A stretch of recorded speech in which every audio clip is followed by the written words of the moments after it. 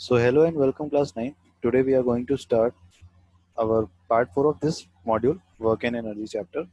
But today we are going to discuss about the potential energy, as I've already told you before, right? We'll discuss potential energy in details and we'll solve some questions based on that. Okay, so our today's main topic is potential energy. Okay, so hashtag potential energy,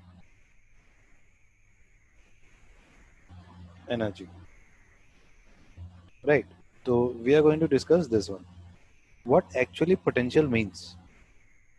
ठीक है, potential means कोई भी object अगर rest पे है उसमें छुपी हुई ताकत. Okay, so to understand this, suppose करो कि एक कोई ऑब्जेक्ट है. ठीक है, वो ऑब्जेक्ट कोई भी लोहे की बॉल हो सकती है, प्लास्टिक की बॉल, कुछ भी हो सकता है. वो ऐसे ग्राउंड पे रखा हुआ है.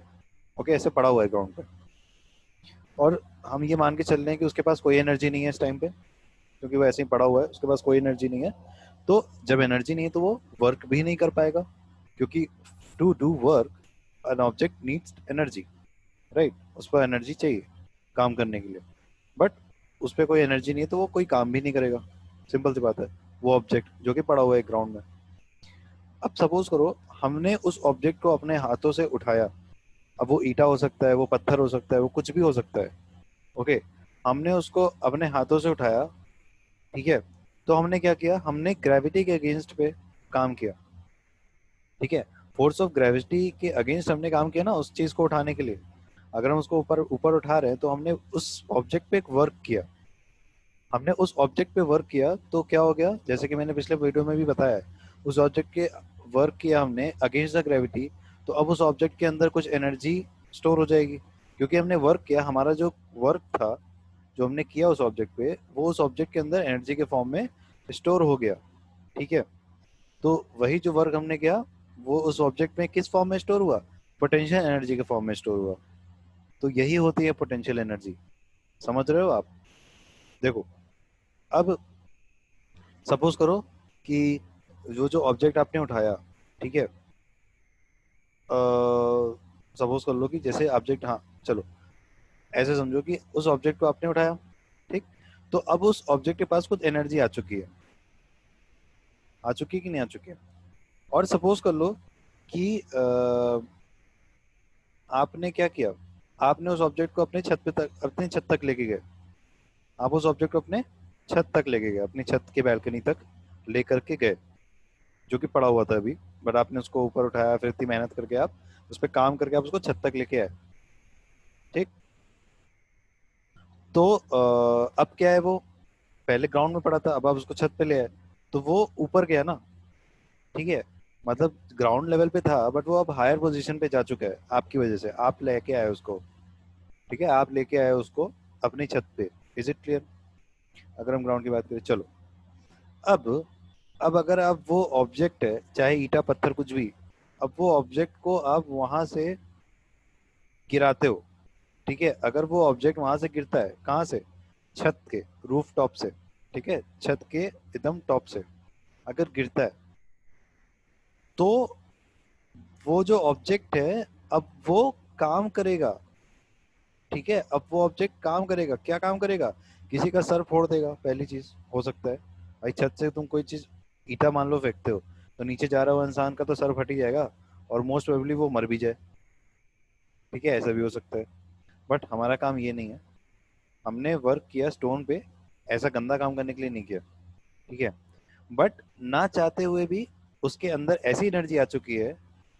वो, क्योंकि अगर प्लास्टिक होगा तो नहीं आएगी, बट अगर पत्थर है, हैवी है थोड़ा, तो उसके अंदर ऐसी एनर्जी आ चुकी है कि अब वो शीशा तोड़ सकता है नीचे गिरने से, किसी का सर फोड़ सकता है, कुछ भी आवाज कर सकता है, वो डैमेज कर सकता है. इतनी एनर्जी आ चुकी है उसके अंदर.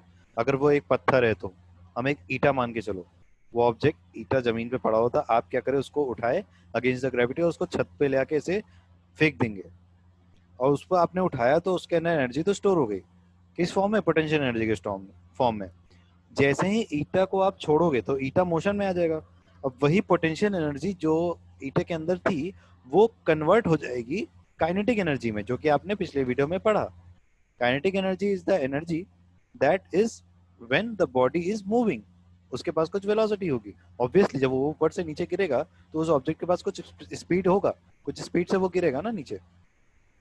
तो एज सिंपल एज दैट। तो कोई ऑब्जेक्ट अगर सिंपल पड़ा हुआ है तो उसके अंदर होती है पोटेंशियल एनर्जी, ठीक। या फिर हम उसको अगर उस पर कोई काम कर देते हैं तो उस पर आ जाती है पोटेंशियल एनर्जी, स्टोर हो जाती है।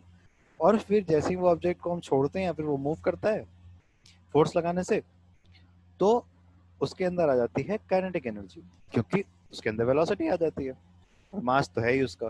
तो हाफ एम स्क्वायर होता है काइनेटिक एनर्जी। ओके, इतनी बात तो तुम लोगों को क्लियर होगी होंगी अब।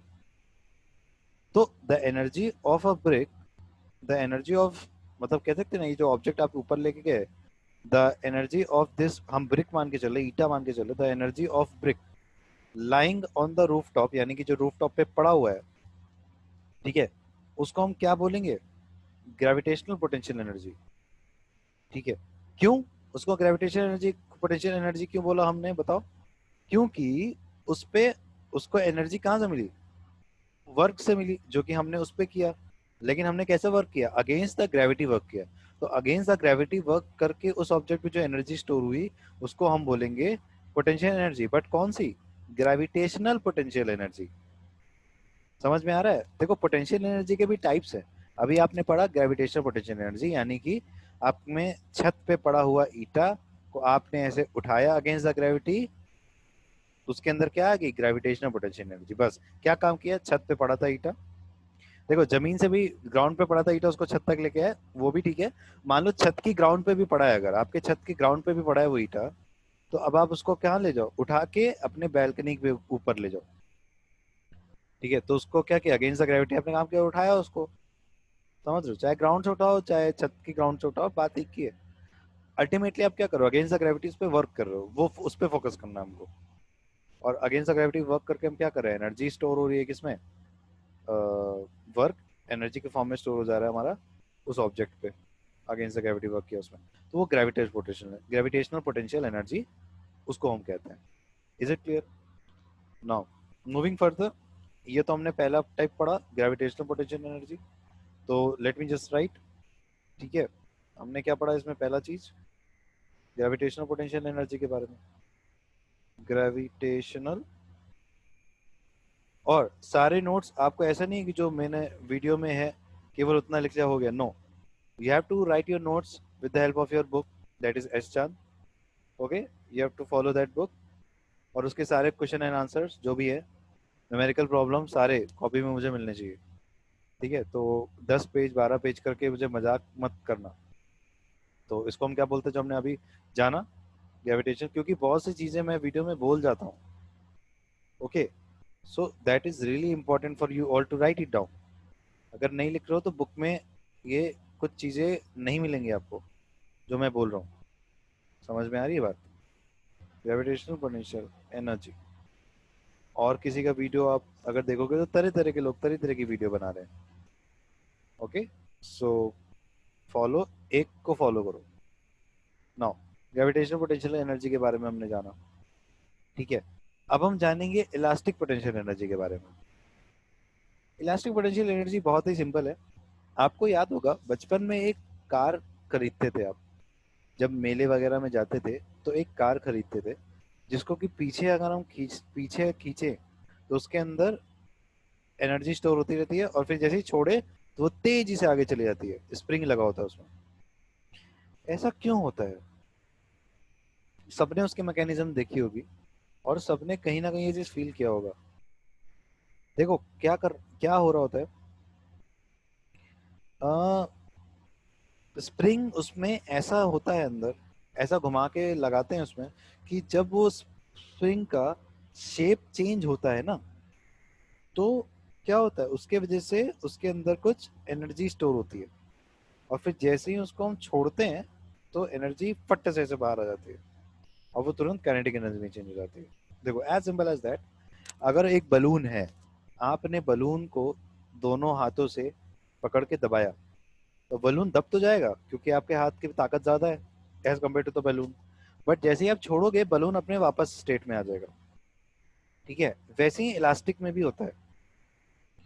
रबर बैंड आप खींचते हो बट अल्टीमेटली वो अपने पुराने शेप में वापस से आ जाता है जब आप छोड़ते हो उसको तो। ठीक है। सो किसी भी बॉडी के शेप को आप कैसे चेंज कर सकते हो? या तो उसको तोड़ोगे, मरोड़ोगे, उसको खींचोगे, उसको घुमाओगे, है ना, उसको बेंड करोगे भाई।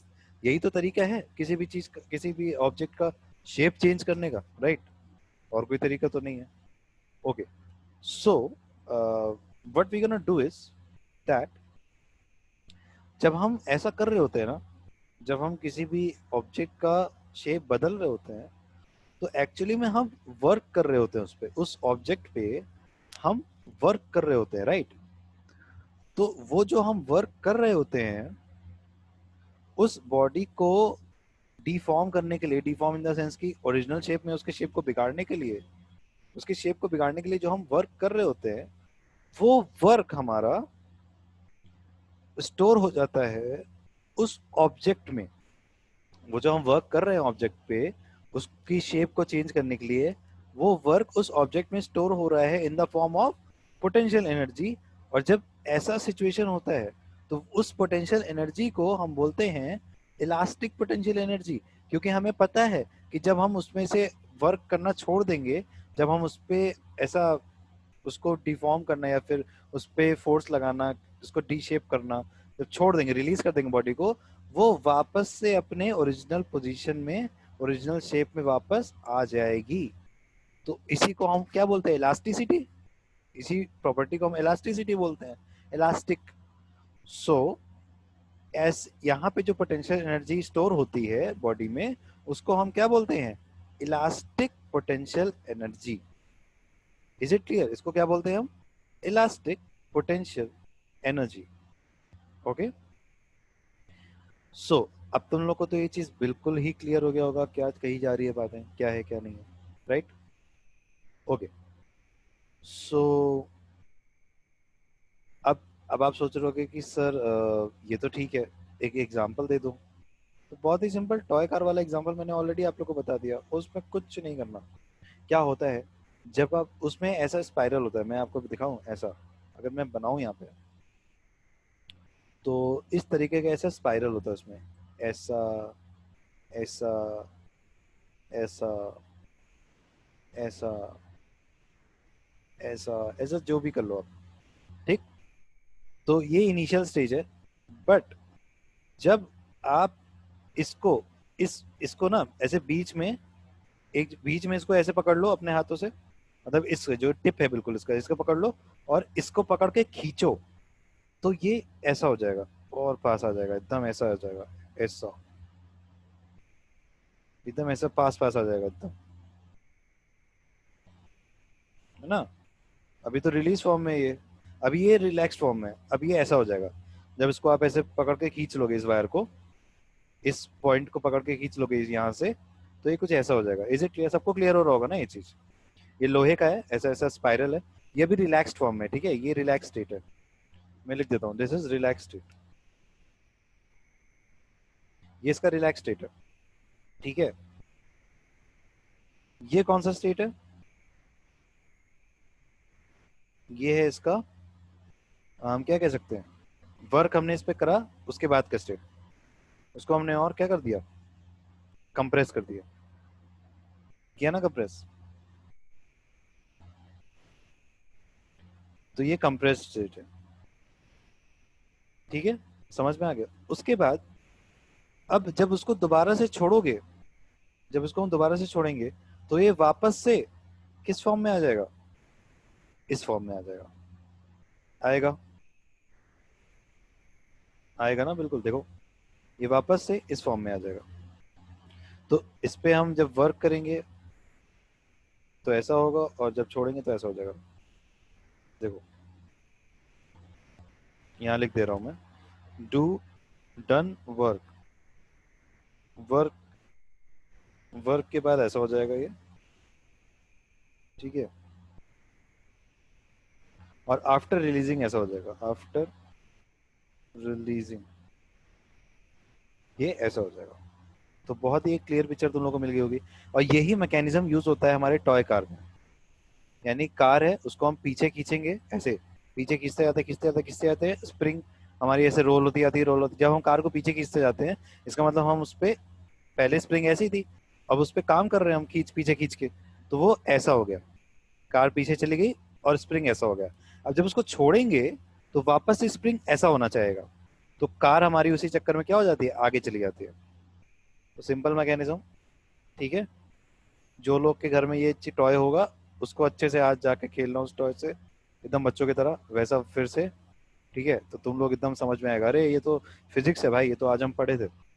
मजा आएगा बहुत। ठीक, एक एक्टिविटी की तरह इसको लेकर के आप कर सकते हो। एक और एग्जांपल दें, एक और एग्जांपल सबने किया होगा ये। एक और एग्जांपल में मैं ले लेता हूँ, एक एक बहुत ही सिंपल चीज लेता हूँ, चलो। ये सबने देखा होगा, मैं बना दूंगा तब दिखेगा, ऐसा नहीं दिखेगा।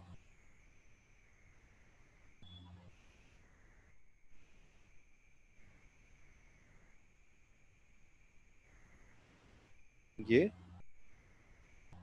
और ऐसा रबर लगा होता है इसमें, यहाँ से यहाँ ऐसा ऐसे रबर लगा होता है ऐसे, यहाँ पे ऐसे पत्थर फंसाते हैं हम और उसको पीछे खींचते हैं। समझ में आ रहा है क्या कहते हैं इसको? कैटापुल्ट कहते हैं, या फिर हिंदी में गुलेल कहते हैं उसको।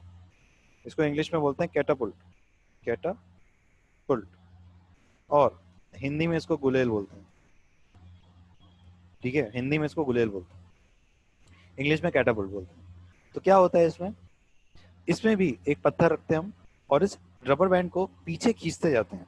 पीछे खींचने में हम क्या कर रहे हैं, वर्क कर रहे हैं ना, वर्क कर रहे हैं हम।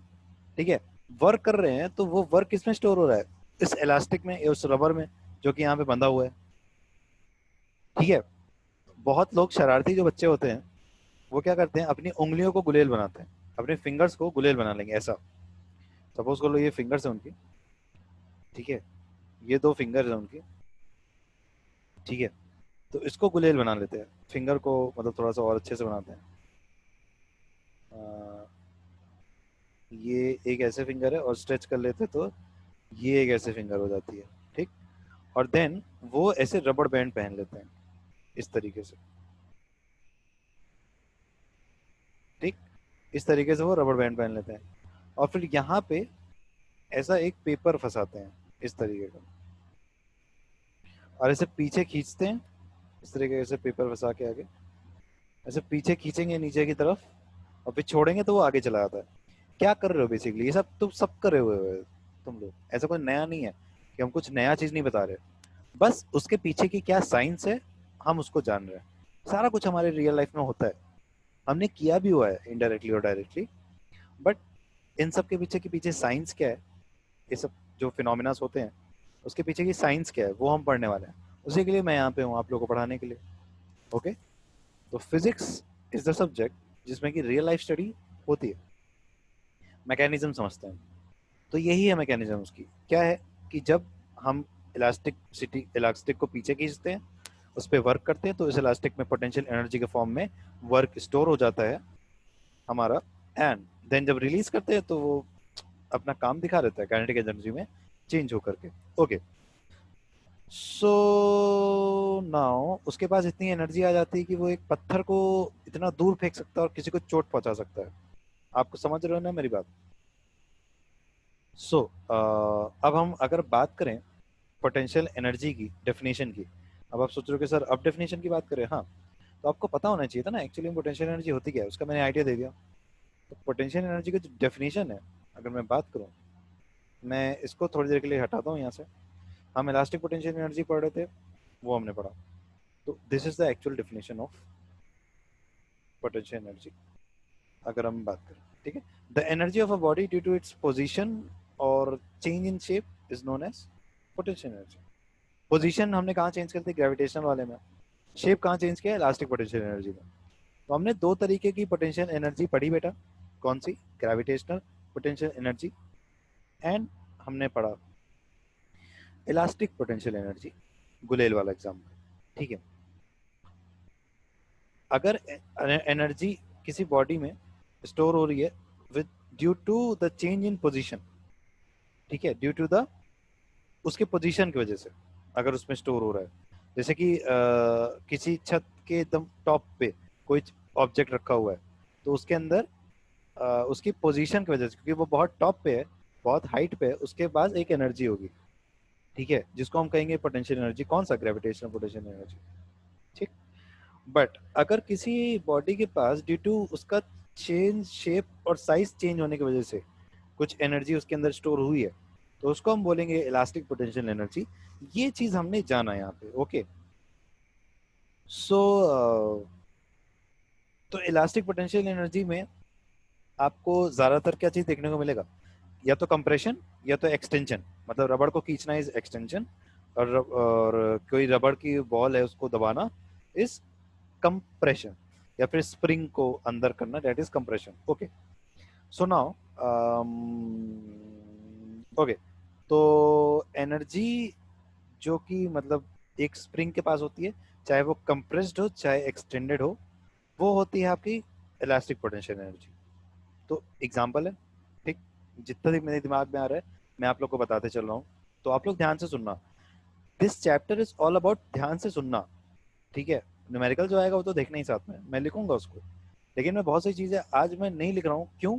क्योंकि मैंने देखा है कि आप लोग बुक रीड नहीं करते हो, और अपने नोट्स भी भेजते हो तो सिर्फ ऐसे जो मैंने वीडियो में थोड़ा बहुत लिखा होता है उसको भेज देते हो, and that is not right ना, इट इज वेरी रॉन्ग। तो आप अपनी नॉलेज को ही वो कर रहे हो, जाने दे रहे हो, नॉलेज को आने ही नहीं दे रहे हो अपने पास। इतनी सारी चीजें मैंने बोली, सबको लिख पाना मुश्किल है, बट सुन पाना तो आसान है ना? तो ध्यान से सुनिए। और सारा कुछ आपको नोट्स का जो मटेरियल है वो बुक में ऑलरेडी आपके पास है, बुक। तो अब आप मैं ये थोड़ी कहूंगा कि अपनी कॉपी को भी बुक बना दो, ठीक है, बुक तो आपके पास है ही। बट नोट्स क्यों बनाने को कहते हैं? कि बुक को पढ़ करके और मेरी बातों को सुन करके आपके दिमाग में जो बातें आती हैं उसको आप अपने नोटबुक या फिर नोट्स कॉपी में नोट्स बनाइए उसके। देन उसको एग्जामिनेशन पॉइंट ऑफ व्यू से जब पढ़ेंगे हम एग्जाम टाइम में, तो हमारे लिए उस कॉपी से पढ़ना इजी हो जाएगा, क्योंकि हमको बुक नहीं देखना पड़ेगा। That is the concept of the notes. जो मैं कहता हूँ नोट्स बनाना, यही कॉन्सेप्ट है। अभी तक क्वेश्चन आंसर रट के लिख ले रहे थे, वो खत्म। In class ninth you have to be very focused what is written inside and the middle of the chapter, that you have to focus very hard and very, you know, thoroughly you have to study. Thoroughly means बहुत ही दिल से, बहुत ही ध्यान से, okay। So everything I have told you, there's nothing left that should be told you inside this topic, okay। So some of the important things I can also tell you that किसी ने dam देखा है? Dam, dam के बारे में सबने जाना होगा, सुना ही होगा, ऑब्वियसली साइंस में पढ़ा भी होगा, सोशल स्टडीज में पढ़ा होगा बेसिकली। तो व्हाट इज डैम? डैम में पानी स्टोर होता है, और पानी जब स्टोर होता है ना, तो डैम के एक साइड में पानी बहुत स्टोर होता रहता है, और डैम के दूसरे साइड में पानी नहीं होता।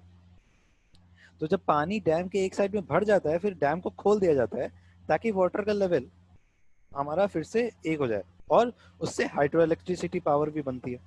क्योंकि जब वाटर वो इतना ऊपर होता है, उसके अंदर आ जाती है पोटेंशियल एनर्जी, एंड देन जब उसको हम रिलीज करते हैं तो वो काइनेटिक एनर्जी में चेंज हो जाता है, और इतनी हाई वेलोसिटी होती है कि वो ढेर सारे टरबाइंस लगे होते हैं, यानी कि पंखे टाइप की चीजें, वो इतनी तेज घुमाता है कि उससे इलेक्ट्रिसिटी जनरेट हो जाती है। This is the whole idea behind the hydro electricity power, जिसको कि आप आगे अभी पढ़ने वाले हो, डजेंट मैटर। अभी सिर्फ समझो, ठीक है, घबराने की जरूरत नहीं है, इट्स ऑल वेरी इजी। तो हमने अभी तक क्या पढ़ लिया? Potential energy and kinetic energy. और आपको याद होगा कि मैंने आप लोग को बताया था that the sum of potential energy and kinetic energy in total we say it as, उसको हम कहते हैं total mechanical energy. Is it clear? Total mechanical energy, it's quite simple, you know, if you learn this way, it is really easy to understand, and it's also very easy to, see everything now। तो ये सारी चीजें मैंने आप लोग को बता दी। Now we will study about formula of potential energy, what is the formula basically, okay.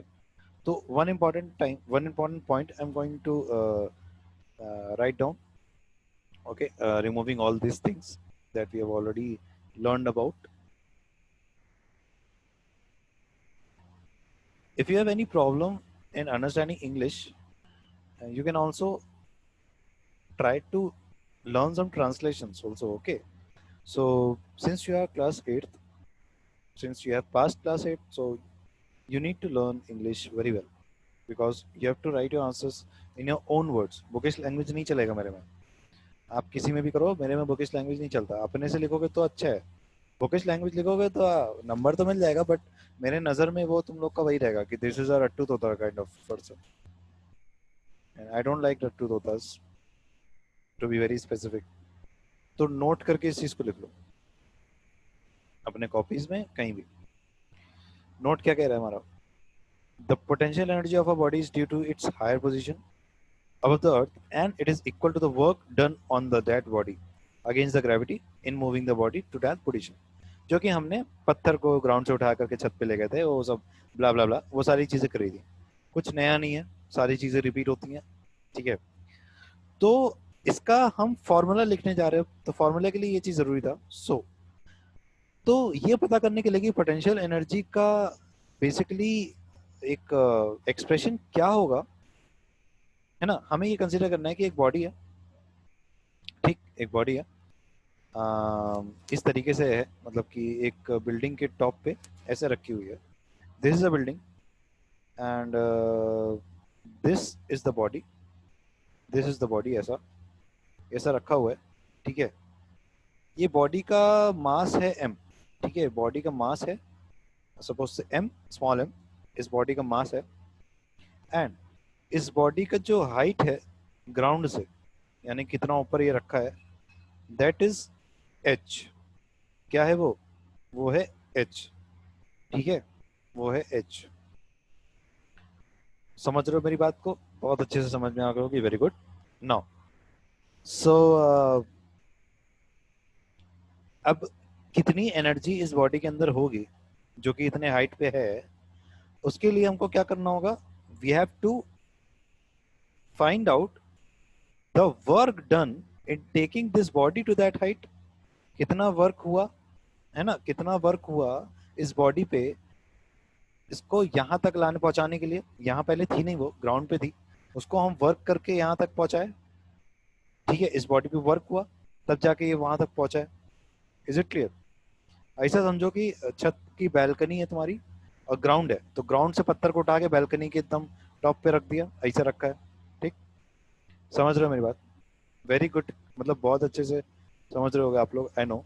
और कुछ कुछ लोग तो इतना अच्छे से समझ रहे होगे कि लग रहा होगा कि सर बार बार एक ही चीज रिपीट करे, दैट इज वेरी गुड, ऐसा लगना भी चाहिए। But I am not repeating things, I am repeating things so that तुम्हारे दिमाग में वो चीज बिल्कुल घर करके बैठ जाए। Okay, so they are many students, जैसे कि कुछ हैं, मैं नाम नहीं लूंगा, नहीं तो इट्स प्रीटी ऑब्वियस, जो लोग काम वगैरह परफेक्टली दे रहे हैं। कुछ न्यू स्टूडेंट्स भी हैं, वो घबराने की जरूरत नहीं है। अभी जैसा गो विद द फ्लो चलो, मतलब अभी जैसा चल रहा है चलने दो। जब स्कूल वैसे भी हमारा आने वाला, खुलने वाला है, तो विल मीट एंड वहाँ पे हम ये सारी चीज़ें फिर से डिस्कस कर लेंगे एक बार।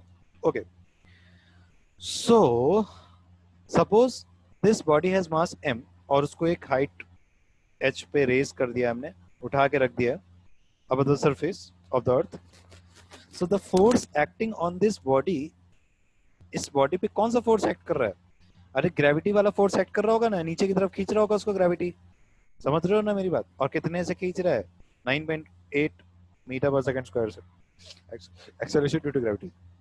ओके, तो इसमें तो आपका वो भी रिवाइज हो गया chapter 3। So now to lift this body above the surface of the earth, हमको इस बॉडी को, है ना, ग्राउंड से यहाँ पे रखने के लिए कुछ काम करना पड़ेगा इस पे। और वो वर्क किसके बराबर होगा? Work done is equal to force into distance ना। Work done is equal to क्या होता है? फोर्स इनटू डिस्टेंस, यही तो पढ़ा था आपने। Work done equals to force into distance, right? This you have already studied. There is nothing new about it. Okay, so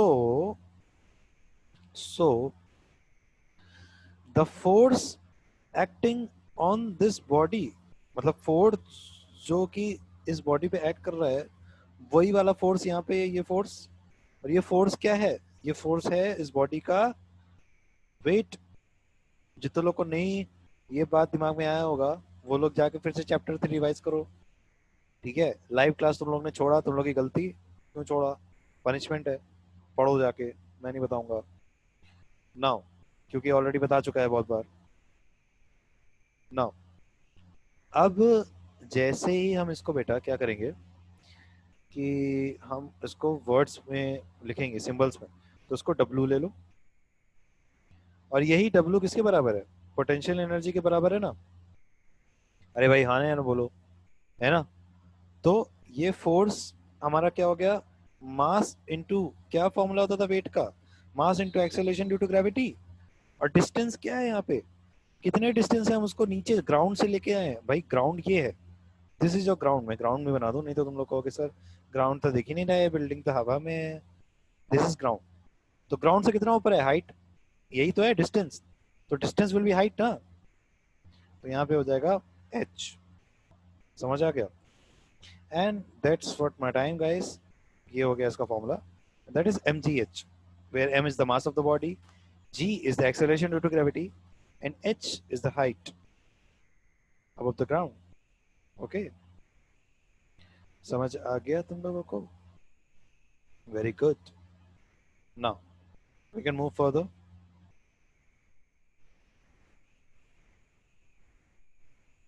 okay, now moving further, will solve some questions. और अगर अभी भी confusion है कि ये हाइट कौन सा है सर, तो ये हाइट बेटा ग्राउंड से होता है, ठीक है, ग्राउंड से, ग्राउंड से लेके उस ऑब्जेक्ट वो जहाँ पे इस समय, वो हाइट होती है। Is it clear? तो now we can move on to question. हमारा क्वेश्चन क्या कह रहा है, देख लेते हैं क्वेश्चन क्या कह रहा है हमारा।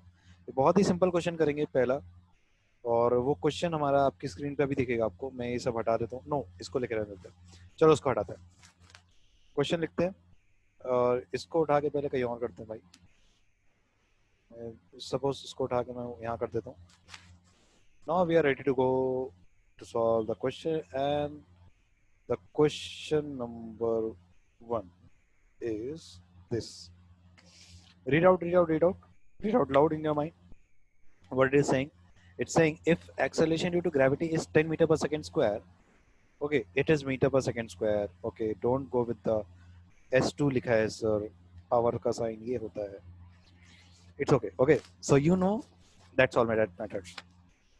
If acceleration due to gravity is 10 meter per second square, what will be the potential energy of the body? What will be the potential energy of a body of mass 1 kg kept at a height of 5 meter? It's pretty obvious, right? It's very simple. You know the formula of potential energy, what it is? It is mgh, oh small m g h. हमें पता है क्या, हमें g की value 10 metre पर second square use करनी है, very simple.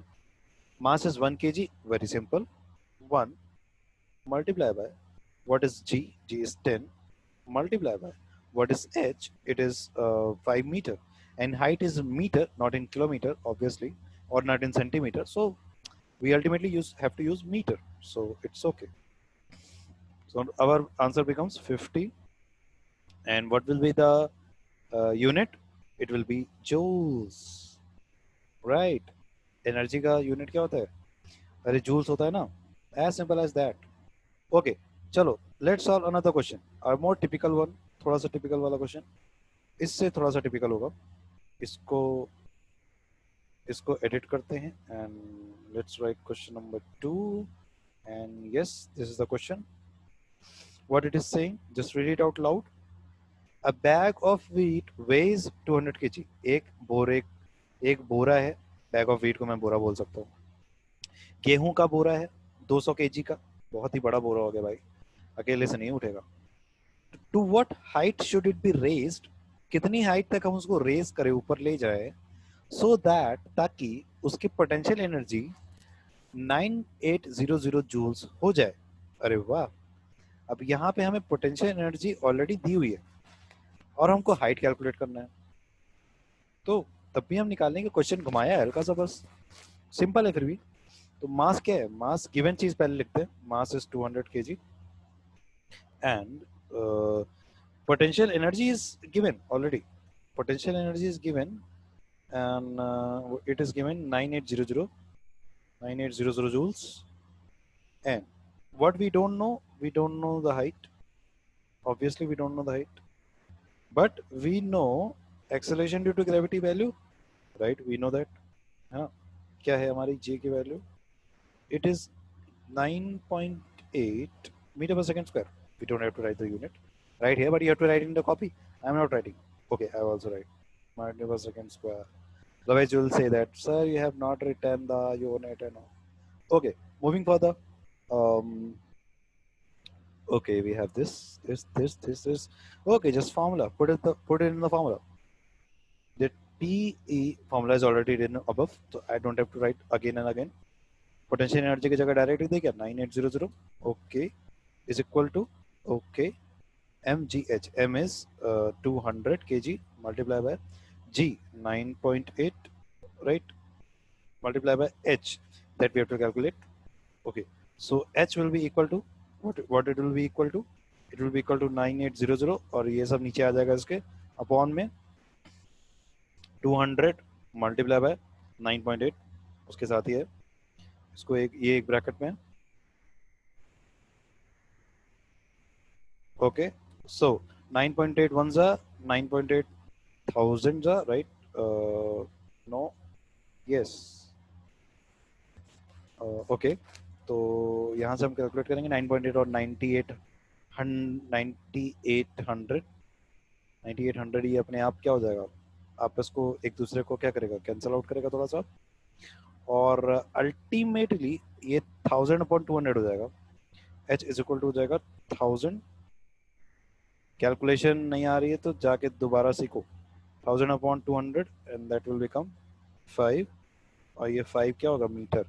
Height है ना, तो यूनिट क्या होगी, मीटर होगी ना. सबकी यूनिट देखो, इसकी केजी है, इसकी जूल्स है ना. हाइट विल मीटर में होगी सब कुछ. सिंपल है यार, कॉमन सेंस लेके चलो. तो अब ये हो गया. अब you have to solve the question and answers and everything numerical that is in page number 145, 146 and 147 and 148 also. तो ये 4 पेज के क्वेश्चन है. 149. तो बेसिकली आपको सॉल्व करना है, ये थोड़ा सा लंबा है but you have to solve it. Page number 145 से 149 तक. I hope it is 149. Yes. तो होमवर्क में लिख दे रहा हूँ. So your homework is that you have to write all questions and answers and numericals, question and answers as well as numericals. इसमें पता है क्या क्या आ जाएगा, लॉन्ग भी है, शॉर्ट भी है. देखो, वेरी शॉर्ट VS भी है, ठीक है, शॉर्ट भी है, लॉन्ग भी है और हॉट्स भी है. सब कुछ आ गया इसमें, ठीक है. From page 145 to 149. Okay, so that's all for today. आज के लिए बहुत हुआ, इतना बहुत है, ठीक है. ज़्यादा लंबी वीडियो हो जाएगी, आई नो, बट मैंने आज बहुत कुछ बोला है, मेरा गला भी दर्द होने लगा इवन. तो अब आप लोग कमर कस लो and drew some exercises based on this. और ये होमवर्क हो जाना चाहिए. नहीं हुआ, you gonna pay about it. Okay, you have to pay it. और नहीं होने का आप ही रिस्पॉन्सिबल होगे, उसके अगेंस्ट कुछ भी एक्शन हो सकता है. It's up to you. So thank you for joining. Make sure you subscribe my channel, you like this video, share this video with your friends, another friends of your another school also. Share this video as much as you can. जितना ज़्यादा share होगा उतना ज़्यादा अच्छा आप लोग के लिए, जितना ज़्यादा लाइक होगा इसमें उतना ज़्यादा अच्छा तुम लोग के लिए. चलो, that's all for today. और इसी तरीके से मैं all videos डालता रहूँगा जब तक हमारा स्कूल नहीं खुलता. Okay, that's all for today.